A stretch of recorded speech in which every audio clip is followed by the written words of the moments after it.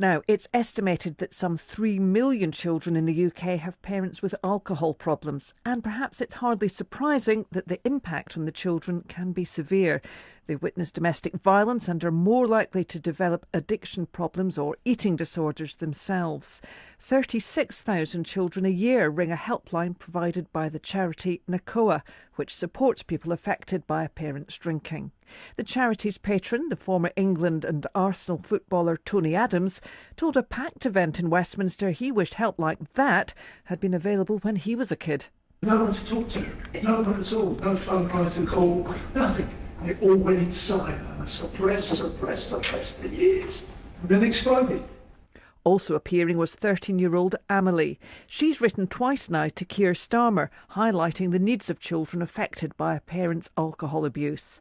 While the government had pointed to the help it's giving to tackle addiction more generally, Amelie wishes the Prime Minister had offered more support specifically for children like her.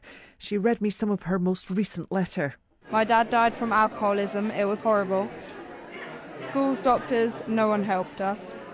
Teachers told me to stop talking about it because I was upsetting classmates. No one seemed to have any training to help.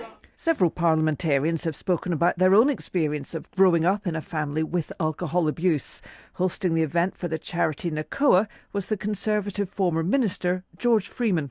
Tonight there are about 1 million children in serious crisis alcohol situations. For me it was, putting my mother to bed, tracking the bottles.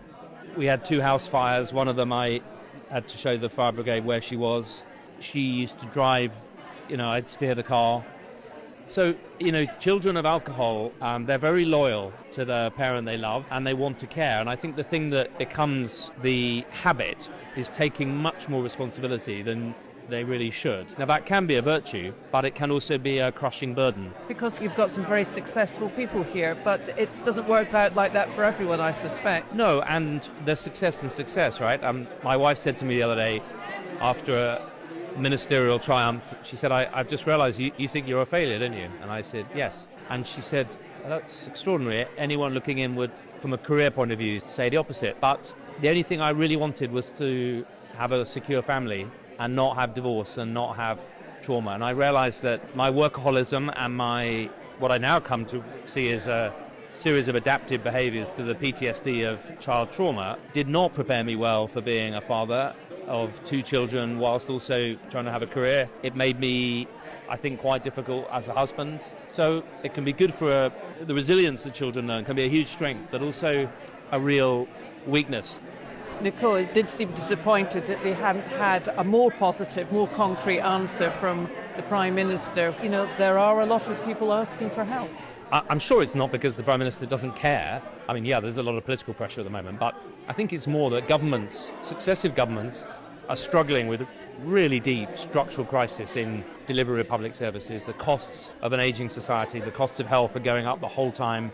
We've got a massive spike in very serious SEND, linked to social media and COVID. I mean, there are some really big structural challenges. And I suspect Whitehall probably looks and thinks, not another cohort coming to ask for a load of money. And I think we've got to help government by going to them with something quite easy that helps to show the power of earlier intervention. George Freeman there. You're listening